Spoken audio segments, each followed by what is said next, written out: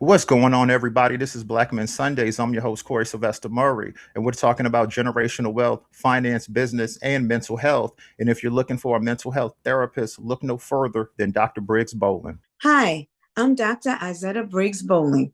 Connect with me for professional mental health counseling and support services designed to help individuals and families navigate stress, trauma, substance use recovery, and life transitions.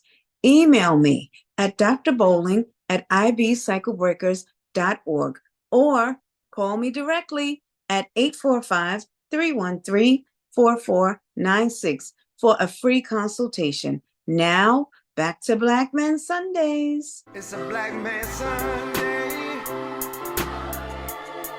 Time to put all childish things away. I refuse to be the man I was yesterday. Gotta put my best foot forward and elevate. Today's guest is Bruce Larkins, President and CEO of Showball Baseball, the premier high school baseball showcase platform for high academic achievers in the country. Bruce is a former educator, collegiate coach, and recruiting expert who has spent nearly 2 decades helping student athletes succeed in the classroom, on the field, and in life. Throughout his career, he's helped develop more than 100 athletes who advanced to four-year colleges and professional baseball, while guiding hundreds of families through the recruiting process. So without further ado, Bruce Larkins, welcome to Black Men Sundays, brother. How you doing? I'm doing well, Corey. Thank you for having me. I'm definitely excited to have this conversation. So, Bruce, you've worn a lot of hats throughout your career: teacher, coach, recruiting expert, and now CEO. Before we dive into showball baseball, take us back to where it all started. What first drew you to investing your life in developing young people? Well, I started off like most, playing baseball in little league, high school, and college, wanting to go professional.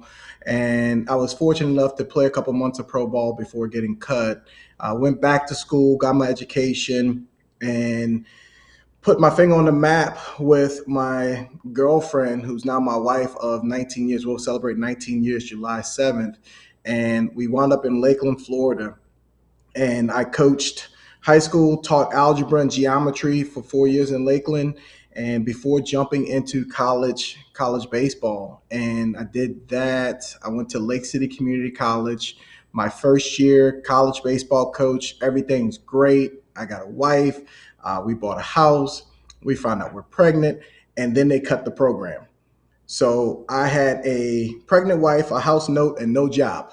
So it my journey in college baseball started a little rough from coaching. From there, I went on to Santa Fe College, coached at Santa Fe for 5 years, won a lot of baseball games, won a lot of conference championships, a regional championship, a state championship, and we finished second in the country in the Junior College World Series. A bad call at the plate actually cost us a national championship. From Santa Fe, went on to Pensacola State College, coached there for 3 years, then Flagler College in St. Augustine for a year before going to Seminole State. After Seminole State, I joined a company called Play to Win, where I help young men find schools to play baseball all over the country. And that kind of brought me into the academic world of baseball. Prior, as a junior college coach, I'd sent guys to, LSU, Mississippi State, Georgia, Florida State, all those big time SEC, ACC schools.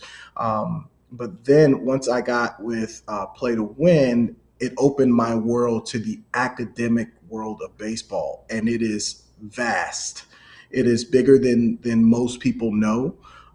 My first event with Play to Win, we went. There were 90 colleges there, and I hadn't heard of 70 of them.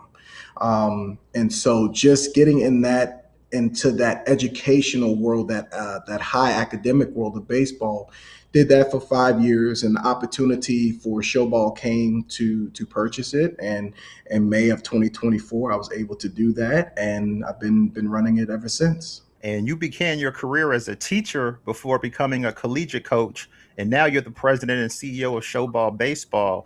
So, how has education shaped your philosophy on developing athletes?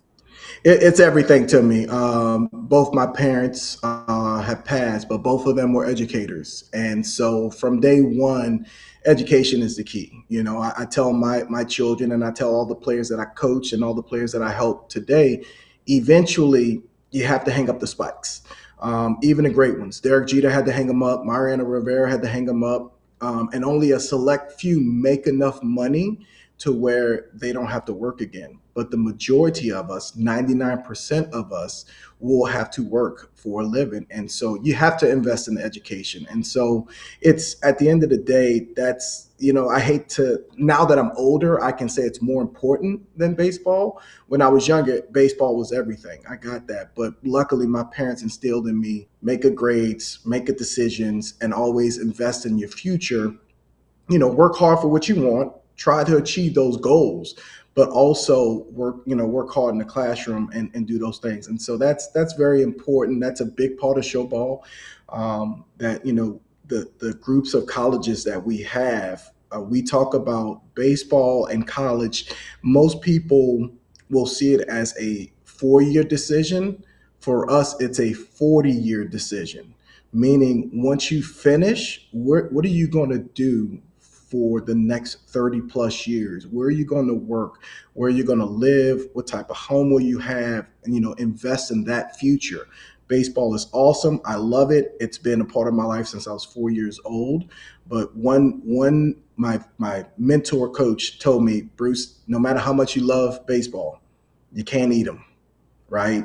So you gotta do what's best for you and your family. So that's where the education plays a part. Education is key. Great information, man. And Showball Baseball has become the premier high school baseball showcase platform for high academic achievers.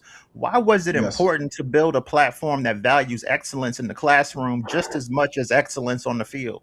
I think. Well, I will say this: when I bought the company in 2024, they had pivoted to the high academic world in 2021. Johnny Novak started Showball in 2007, and in 2021, after COVID, he saw a shift in roster sizes and how Division Ones were getting the SECs, the ACCs, their rosters were growing, and with COVID years and COVID seniors, and in the process, the academic schools, their roster sizes shrunk a little bit. So they there was a void there where they needed players, and Johnny saw it and he attacked it. And so since 2021, Showball has been the premier head coach academic event.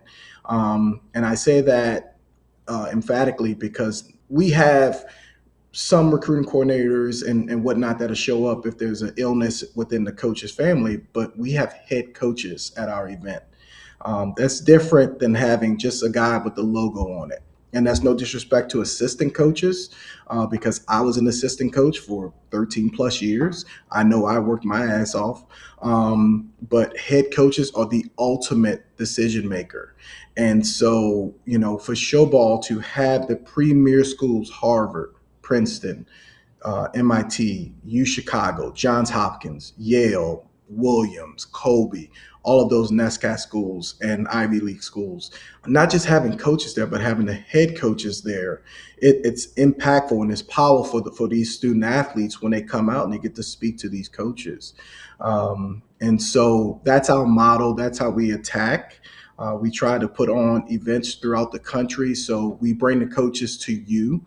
So regionally, you don't have to travel across the country, but some people do travel across the country to come to show ball, and we appreciate that. And we try to put on a show for them and a display of a range of coaches that go from Harvard, Princeton, Yale, and all the way to Pomona, Pittsburgh, in California. Now, after evaluating thousands of athletes over your career, what's the very first thing you notice that tells you someone has the potential to become great? There's an old saying that your body is a walking billboard of how much you want to play baseball. Meaning, is the weight room important to you? That's the very first thing a coach sees.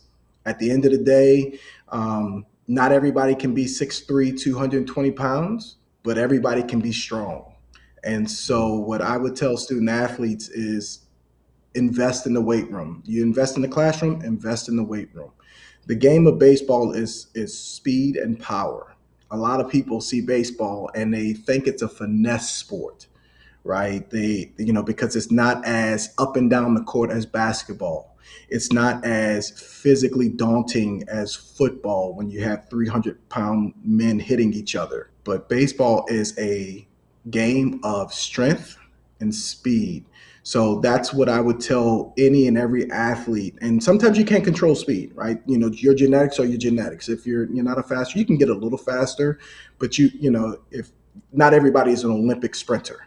So, but the one thing that you can control is how much time you put in the weight room. Because, like I said, your body is a walking billboard of how much you want to play college baseball. Now, everyone talks about talent. You hear that all the time. But what qualities consistently outperform talent over the long run? I think coaches see more than you think, right? And so, as far as what shows up, the hard work shows up. And the hard work when nobody's watching allows you to shine when the lights are on, And so they say hard work beats talent any day of the week. I don't know if it beats it any day of the week, but over a longevity of time, hard work will defeat talent. Hard work, dedication, um, leaving it all on the field, and just putting in that work when nobody's watching. Because it's easy to, okay, this is a big game. Everybody's there. The crowd, there's a big crowd. All right, I'm gonna play well. Everybody gets up for those. Who's getting up at 5 o'clock in the morning to lift weights?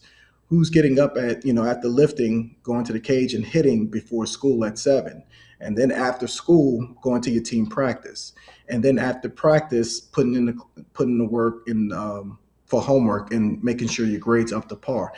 That's doing the invisible work, the quiet work, but that is what makes the most noise when it comes to the opportunity, and that will always be talent at the next level. When they're younger, the talented kid always rise to the top.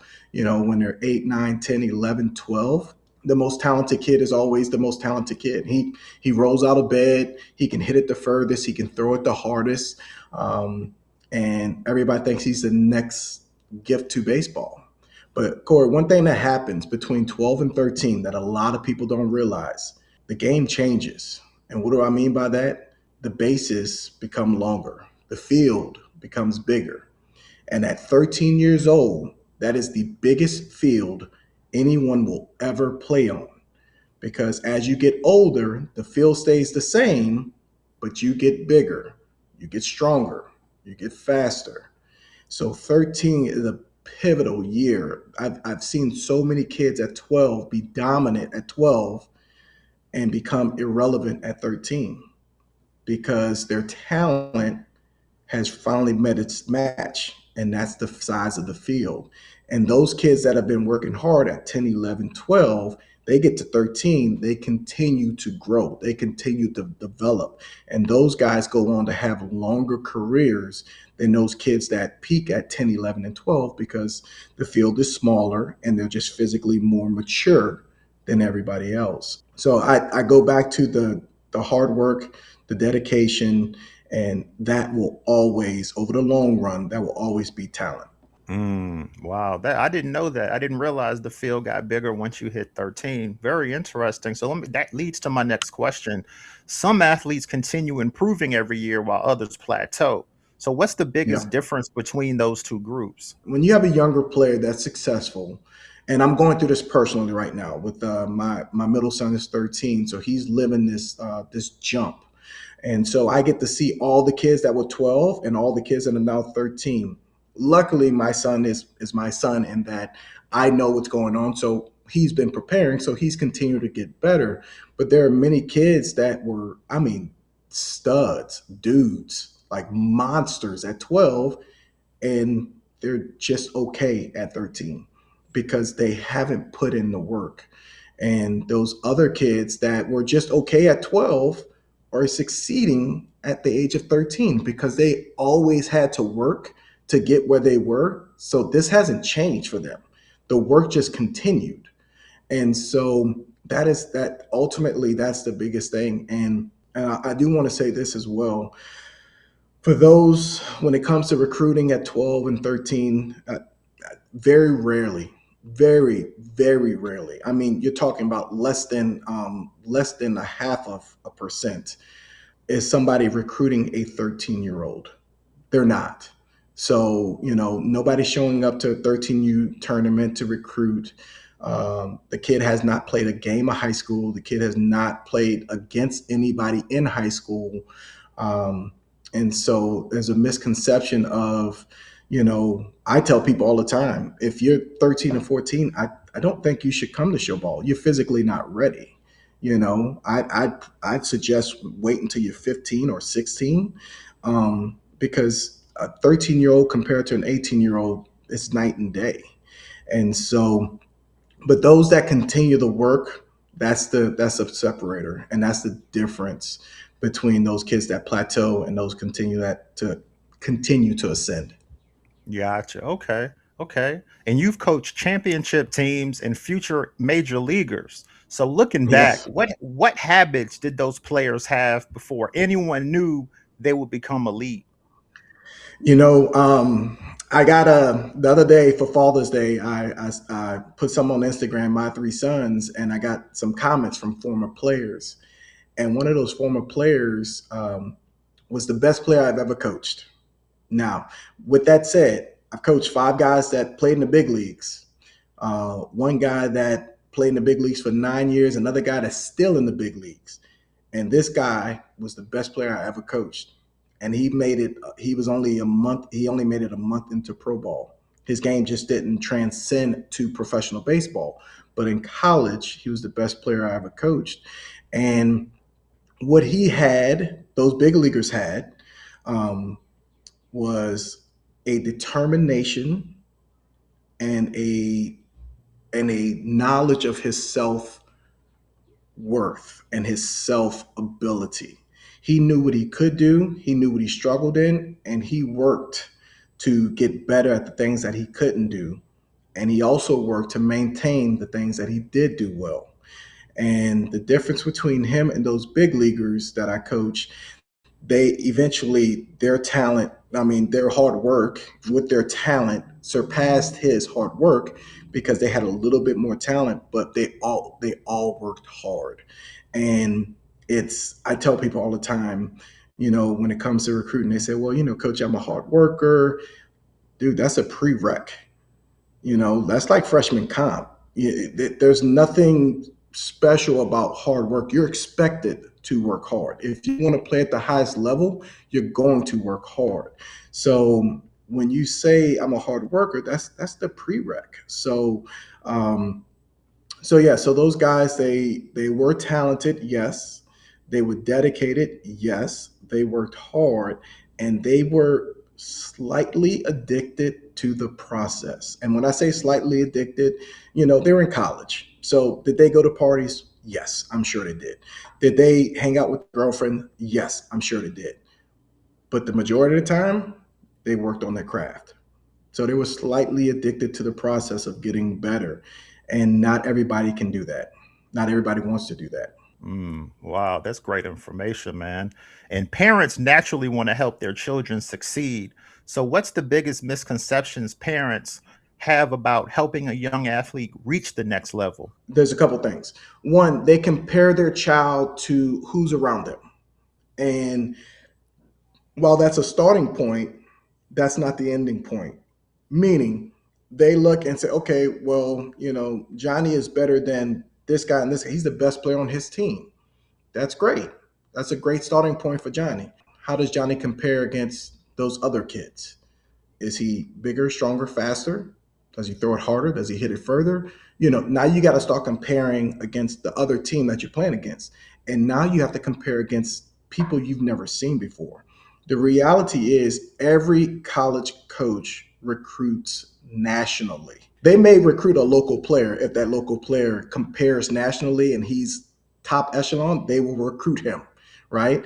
But they're not limited to just the surrounding areas.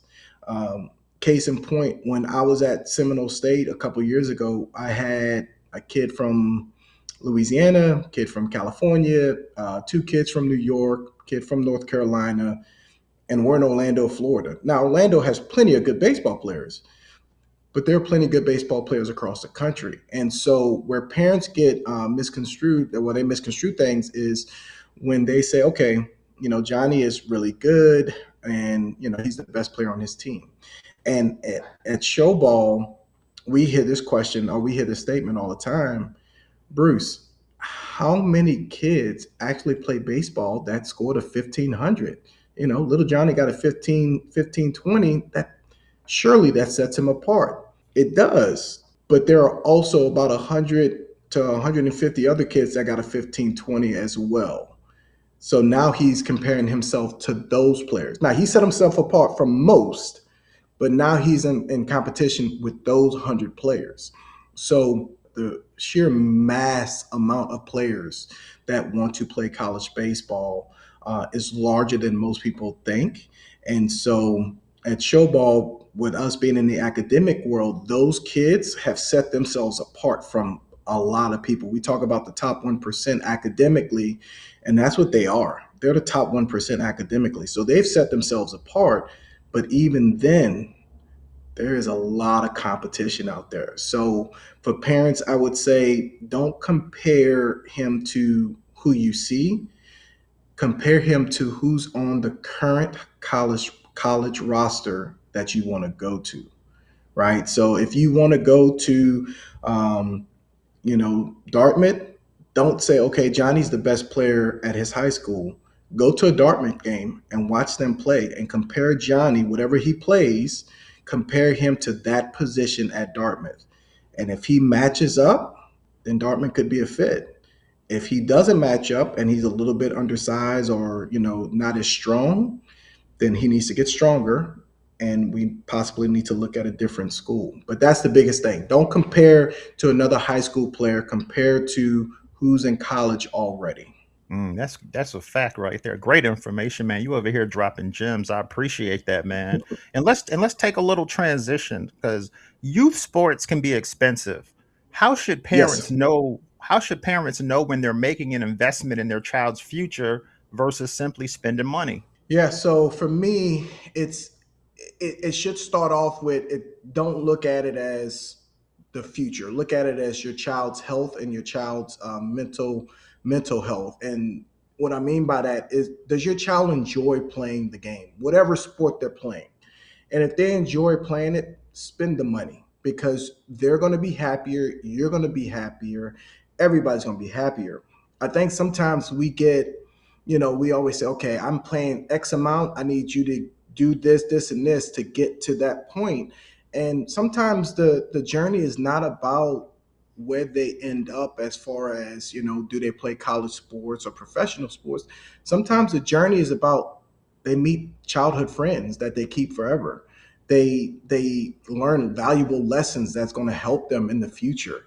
Um, I'm going through it right now with my 13-year-old. He plays travel baseball, and he plays Pop Warner football, and so we spend a lot of time and a lot of money in him doing those things. But I'm not doing it because I want him to go to college and play football and baseball. I'm doing it because he loves to do it.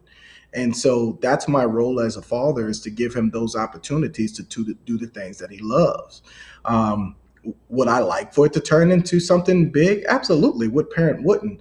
If it doesn't, I'm okay with that because he's got to live his life. He's got to go through his experiences. When it comes to, and I'll talk about all three of my sons. When it comes to my youngest son, he's 7. He plays baseball a little bit. He sometimes likes it, sometimes he doesn't. He loves soccer, so he's big into that. So, we spend a lot of time playing soccer with him. I'm not a soccer fan. I don't necessarily love soccer, but he does. So I put in the time with him playing soccer. And then my oldest son, he stopped playing baseball at the age of 7. I knew at 7 it was not fun for him. He did not like it. And I was not about to force him to play a second longer. Now, this is coming from an ex-professional baseball player, baseball coach, just all of the things, right? And my wife, who is an ex-softball player, and she played professionally in Europe for a little bit. We love baseball. And here it is, our first son, who's Bruce the third. I call him Trip, as in triple. I named him after baseball. And at 7, he was out of the game, and that's okay. That's okay. We invest in what he loves. He plays football right now because he has to do something in high school, but he wants to be an engineer. So we invest in that. He's on the robotics team. I've been to robotics competition to support my child. And ironically, I'll see some parents there, but a lot of parents don't go. And, the coach asked me, well, you've been at all these events. It's like, well, he's my child. I want to support him. I don't know what the hell's going on at a robotics event, but my child does. And so I'm here to support him.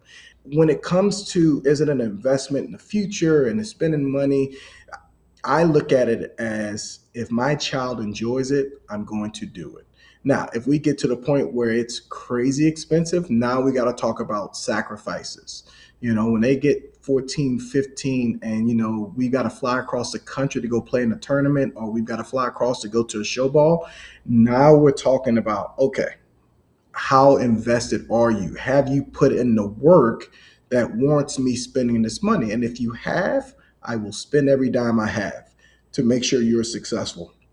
If you haven't put in the work, it's not because I don't see the value in it. It's because you haven't put in the work and you don't deserve it. And so that's how I parent my children. And sometimes people may say, oh, okay, that makes sense. I like that. But sometimes people, oh, you got to spend the money no matter what. If my child hasn't shown the vested interest, why would I spend the money on it?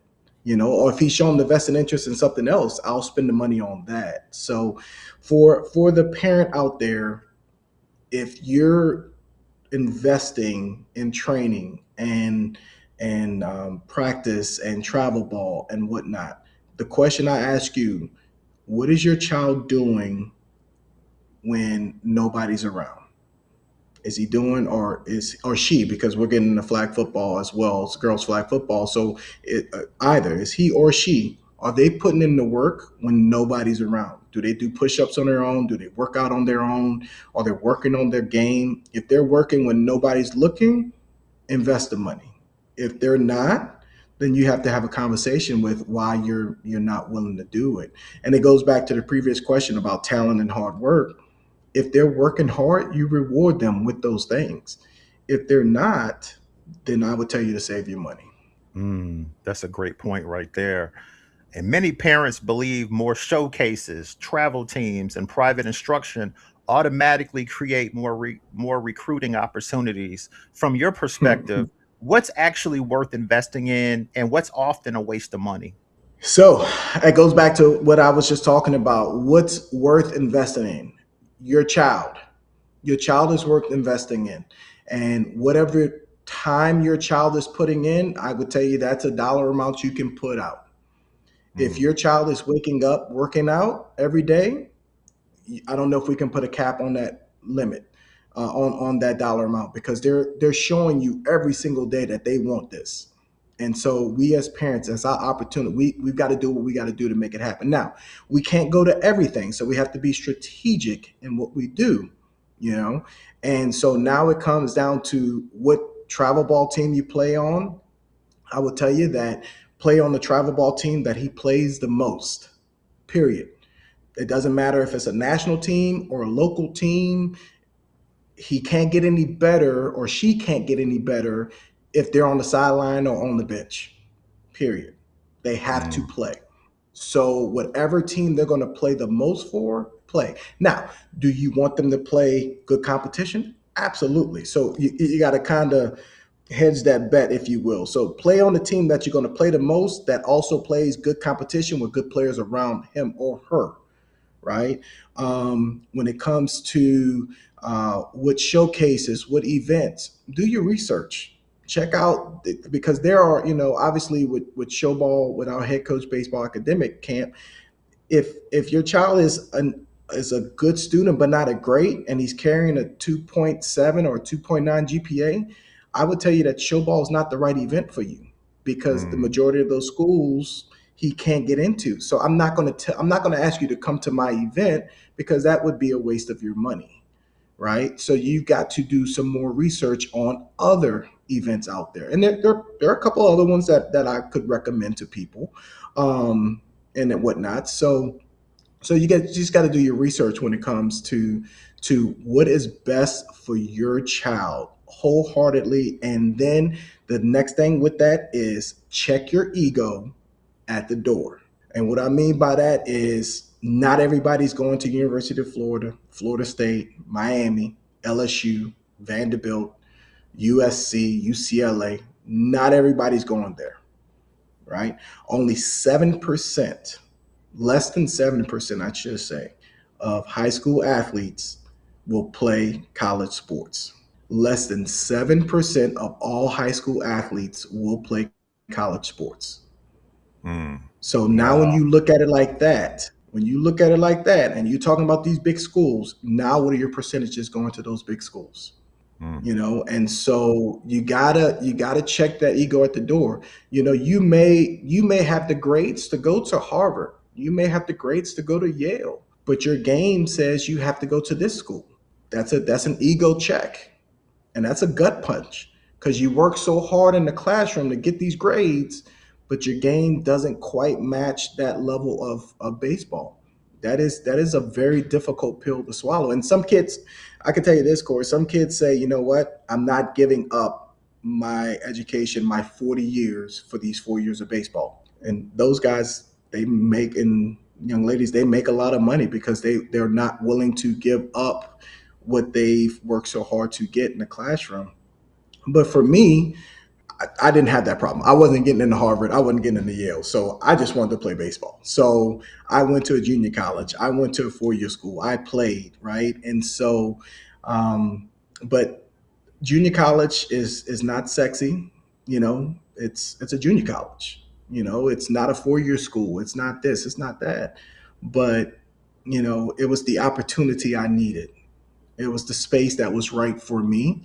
And so when it comes to those opportunities, I would tell people, check the ego, go to the best spot for your child, and have your child decide where they go. You can't make that decision for them, because if you do, they're not going to be happy there, and they're going to blame you for the rest of their lives. Wow, great, man. I appreciate your honesty and great information, man. And what's something coaches evaluate during showcases and recruiting that parents and athletes often don't even realize they're being judged on? That is the best question you can ask, Corey. Coaches see things that you and other parents have no idea what they're looking at, right? And so what I mean by that is you can go you can go 0 for 3 with 3 punchies, or 0 for 3 with a pop up to the shortstop, and that coach may fall in love with you. Now, let's think about this. You struck out twice and you popped up to the shortstop. What could you have done that coach fell in love with you? Well, when you struck out, you didn't hang your head. You went back, you jogged back to the dugout. He saw you communicating with the other team, with the other teammates. Hey man, his slider has this break, his fastball is moving like this. He did a great job of changing speeds with his changeup. Like, you're giving more information. You're being a great teammate in a moment where you failed. That's one thing that coaches love. Now, if they see you every time and you fail every time, that's not good. But you're going to fail, and they need to see you fail. When you popped up to the shortstop, did you slam your bat down? Did you pout? Did you jog to first? Or did you sprint all out and gave it a hard 90 straight through the bag? Because let me tell you what happens. A coach travels to see a player, and let's say he's a shortstop, because it's the most recruited position other than pitcher. So he's a shortstop. The shortstop can go the entire game without getting the ground ball. It's realistic. It's not like, it's one of those things where it happens more times than you think, but you can go an entire game. But you know what happens in between innings, Corey? The first baseman throws you ground balls to warm up. How did you act on those ground balls? Did you take them seriously? Did you really work on your craft? Did you take those 30 seconds to work hard when nobody was watching? Mm. Coaches see that. They see all of those little things. And for some coaches, they'll write it off. Some coaches, they don't care. you know. But a lot of coaches will see that in between innings, you working like that was a good rep, and you did it the entire game, not just one time or not just when he thought you were watching him. You're working hard when nobody's watching. Coaches see those things, and that's what they look at. That they look at, your body language. Umpire made a bad call. How'd you react? Did you get worked up? Did you throw your hands up in the air, or did you just dig back in and compete? Because this is what I tell parents: when you are committed to a school, that coach is going to spend 9+ months with you. They're spending more time with you than his family. What type of person does he want to be around? Does he want to be around a guy that competes and works his ass off? Or does he want to be around a guy that complains and pouts when things don't go his way or her way? So that's a big deal. The little nuances of it. Now again, I go back. You gotta have the skill. You got to be able to play. You can't just do those things and get recruited, right? Like you can't strike out every single time, but you have a great attitude and they're going to recruit you. That's not what I'm saying. But it helps when you have the skill and you work hard and you have a great attitude. Those are the things that coaches are looking for. Gotcha. Great information. And today's athletes have more exposure than ever through social media. Has exposure Yeah. replaced development? And what happens when athletes chase visibility before mastering the fundamentals? With social media and things that, I tell them all the time, if you don't want your future coach, if you don't want the future college coach to look back at your social media and see that, then don't post it, don't like it, don't repost it, don't retweet it, don't put it on your story, don't do any of that. Social media has made it to where every player can be seen by every coach, which is awesome. That is absolutely awesome. And it's also terrifying for every player because every single coach can see them. Exposure works both ways. You can get exposure or you can get exposed. And so when it comes to, has that taken away from development? Yes, it has. Because everybody's looking for the highlight play and coaches are looking for the routine play. And that's the difference. That's where people just don't quite understand, how did this kid get recruited and he can't do half the things that kid can do. Well, this kid made every single play and that kid only made half the plays. Yeah, he's physically more talented, he's this, he's that, but he's not consistent. They're looking for consistency with talent, with athleticism. And so I think social media plays a part in, guys do things, we call it eyewash. They do a lot of eyewash things, meaning, they think it looks pretty, they think it looks good, and that's what separates them. But the reality is, your fundamentals set you apart, and how you run on and off the field sets you apart. How you behave in between innings. We talked about that, how you interact with your teammates. Um, all of those things are differentiators and not necessarily how many likes you get on TikTok or if your video went viral, which most kids think that's the way. And it's just not. It can help. Again, social media has been awesome. It can get you some exposure to some schools that would not have seen you, and it can also expose you to some schools that possibly would have recruited you. Wow. And through Showball Baseball, how are you preparing student athletes for success beyond the game? So when you first get to Showball, we talk about the what Showball is, head coach academic baseball camps. When you first get there, your first interaction is with AJ Miller, the head coach at Lafayette, and all of your interactions throughout the day are going to be with head coaches. And so part of what we do is we allow for you to have conversations with these coaches. Learning how to speak, to people is key. I know in this world, again, I got three boys. Texting is something they're very comfortable with, but a lot of times you're going to have to speak to people, and so you have to be able to stay engaged. You have to have a conversation, hold a conversation. And at Showball, we have a couple different platforms for them to do that. We do a meet and greet where they can walk up to any coach that they want to and introduce themselves. And you and I both know that that is the most terrifying thing in the world to do, is just walk up to a stranger and make a conversation out of thin air. But these are life lessons, again, that's going to help them, give them confidence to be successful in the future. And so we do that. We give them that opportunity with those coaches. We also have a Q&A where parents are, they get a board, the Showball committee, and that board has the head coach from Harvard, from Amherst, Swarthmore, Lehigh, MIT, Vassar, and they get 45 minutes to ask these coaches whatever questions they need to ask them. So we give it to both the player and to the parent. We try to educate everybody on the process, knowing what it is moving forward and what they can use in the future. And for the players, like I said, that just being at a Showball event, you will, we have kids from Florida, like I said. In Chicago, we had on one team, we had a kid from Hawaii, Florida, and New York. And you talk about three different parts of the United States, that's literally three extreme parts of the United States.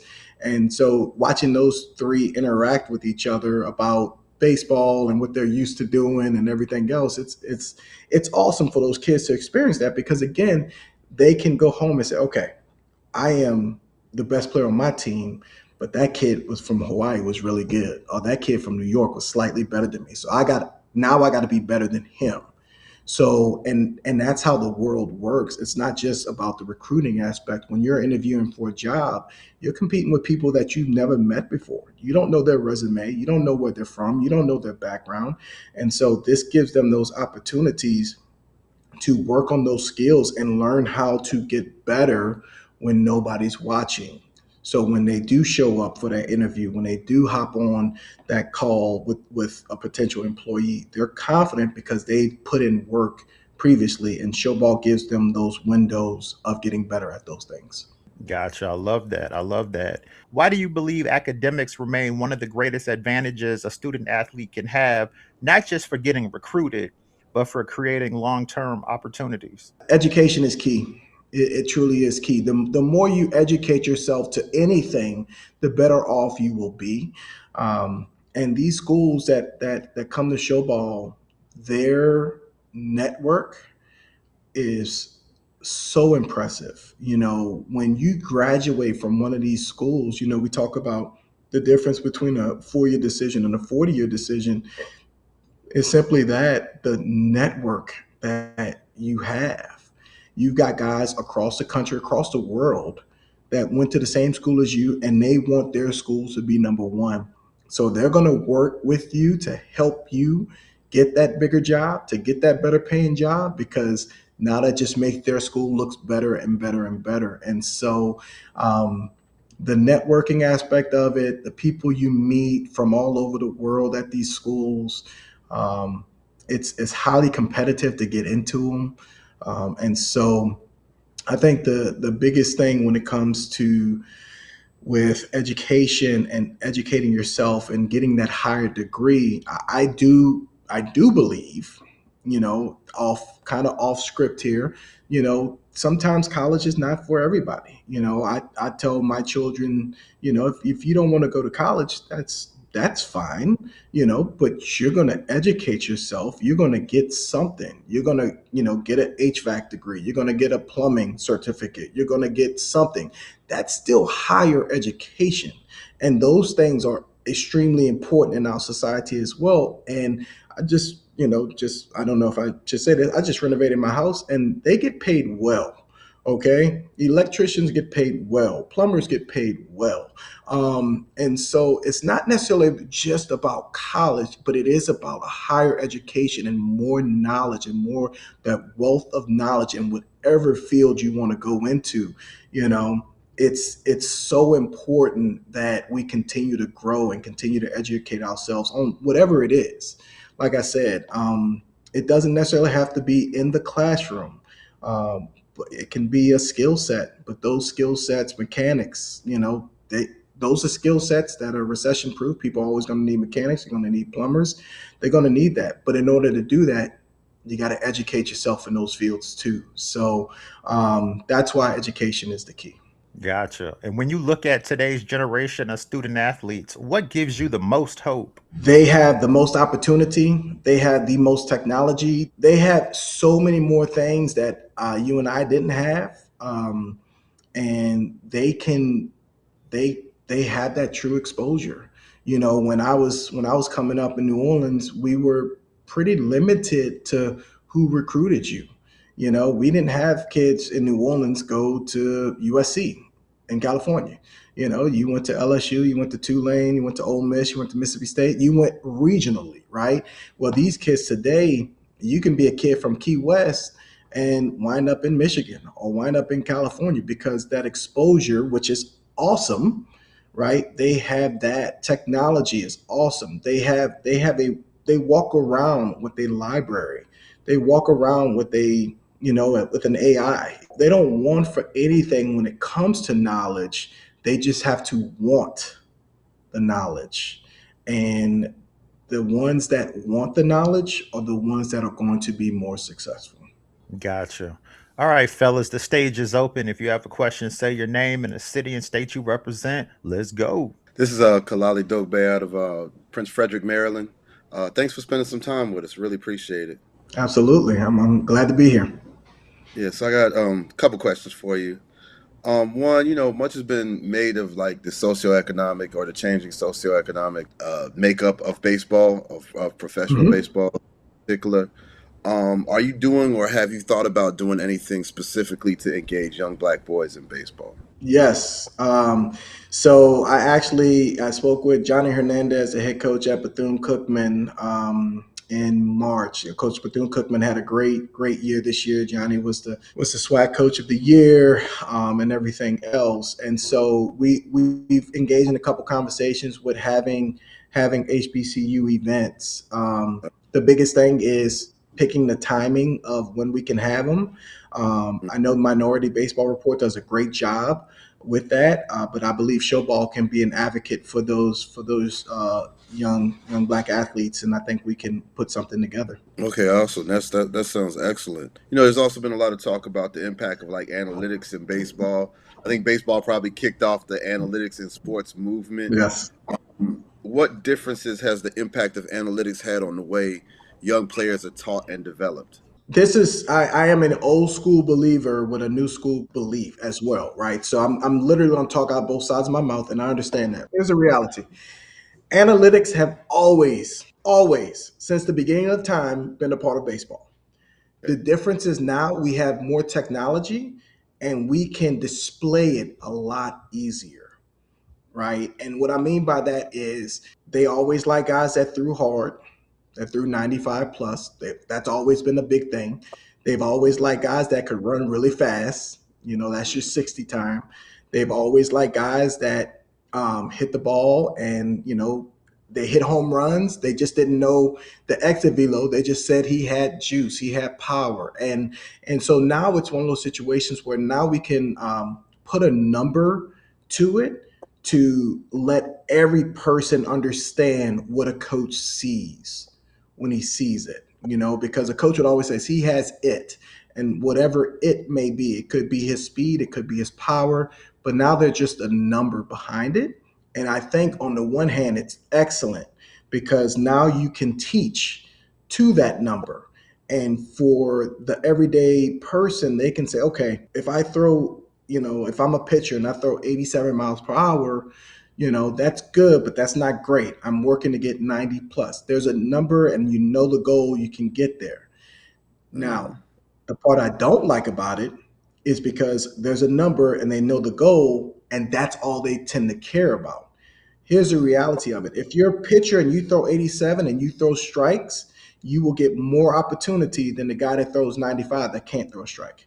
okay. Now he may now let me say one more thing to that. He may get the scholarship to the school, but once you get to the school, the 87 is going to pitch more and the 95 is probably going to hop in the transfer portal and look for another school. Wow, that's interesting. How do you think that baseball or playing baseball actually helps with academic success? I think there's accountability there. For me, I'll speak for myself. That was my accountability. My parents said, if you want to play baseball, you got to make good grades. My coach said, you want to play, you got to make good grades. You make good enough grades, you go to enough classes, they give you that sheet of paper and they give you a degree. So that's it. There's an accountability there that when you're doing something you love, it makes you work on things that you don't love. Mm. And so whether it's baseball, whether it's football, basketball, whatever the case may be, if you really love that sport, if you really love doing it, you're going to take care of the other end of the spectrum because you don't want that taken away from you. Right. And so the accountability aspect of it is everything for me. And again, that's how I got my degree, and I've been fortunate enough. Like I said, both my parents being educators, they instilled that in me. But you couldn't have told me I wasn't going to be in the big leagues. You couldn't have told me I wasn't going to be on TV, right? And I was not in the big leagues, and I was not on TV for those things. So I'm glad that I listened to them and I got my education because again, it's not necessarily what whether you love it or not. It's you just if you have it, it just opens up so many more doors, so many more. I guess engaging baseball with, especially high academic institutions, you know, that's a pretty interesting niche. Is Showball for profit or nonprofit? We are for profit. We Okay. are for profit. I describe myself as a matchmaker. I Okay. bring all the coaches to the field, and the players come to see the head coaches, and I'm the middleman, and I let them mingle and go about it. So um, it's one of those situations where we we know, and the coaches trust Showball as far as the type of players that we bring. They know they meet their criteria academically. They know they meet their criteria financially, and so it is a niche market, and that because some of these academic schools are $70,000, $80,000 a year, and so not everybody can go there, Yeah. and so and at the NESCAT schools and the D3s and the Ivy League baseballs, they don't give athletic scholarships, so the Right. parents are footing the bill. That's a large bill, so I bring the people together and put on a good expedition for them to showcase what they can do. Awesome. So, like, what I guess what practices could you say that you've learned? I guess about like business practices, right? You learned about being like or maintaining your brand within this kind of a niche market. I've invested in technology. I've invested in my social media, my marketing. I put an emphasis on those things, and when it comes down to it, that's paid dividends because when I look at the student athlete that wants to go to Harvard, that wants to go to Yale, wants to go to U Chicago, wants to go to those schools, that they research certain things and they research on certain platforms. So Mm. I've invested time and effort to make sure that Showball populates on those platforms.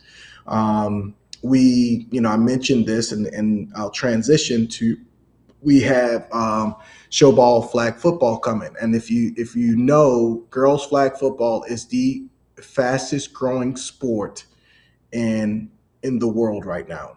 Uh, Yeah, I've heard. currently, right now, against currently right now in there are 100 colleges that play girls flag football. Next year there'll be 200 colleges, and in 2 years there are going to be 400 colleges, 400 plus colleges. Wow. So it is the fastest growing sport in the world. And so Showball, we will have our first girls flag football October 4th at Lake Brantley High School. Um, and so we're excited to have that. We're going to have 25 colleges there for the student athlete, the female student athletes, to showcase their skills. And we expect it to take off like baseball has.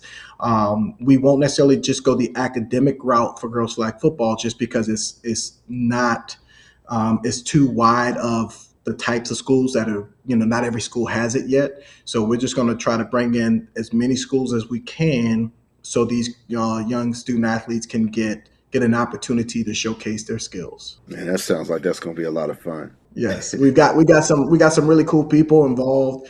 Amber Clark Robinson is the head coach at SVU in Michigan. She's a member of Team USA flag football team. She's heading to Germany here in August to compete. They're going to be in the Olympics in 28. And she's our camp director. So she runs the camp. So I mean, when the girls come, they get to see a professional girls flag football coach running their camp and running their, so they get to see, okay, this is what it looks like. This is who I aspire to be. And so we've got some cool things coming with Showball. Well, that's all I got, man. I really appreciate you taking the time, spending some time with us, and really dropping some gems on us. I'll go ahead and turn it back over to Corey. Yes, sir. Bruce Larkins, man. I got to ask you the hard question. Are you enjoying yourself Yeah. on Black Men Sundays, brother? It's great opportunity, man. I cherish the moment to speak to everyone, and I will say this to the question that was asked about the young Black men. At Showball, we get a couple young Black men that fit the profile that come. But I told my wife and I told my children, like, I really want to get this HBCU thing going, to get that out there and for everybody else. So it's coming. It's in the works. I promise you, it's not as easy as, oh, I want to do this, let's do it. As running a business is not always like that. You got to get a lot of things lined up. But I'm having a great time. Come back anytime you'll have me, and speak with any and everybody. For sure. For the parents listening that want to connect with Showball Baseball, how can they do that? Yeah, so the easiest way to connect is, you can email me, at bruce@showballbaseball.com.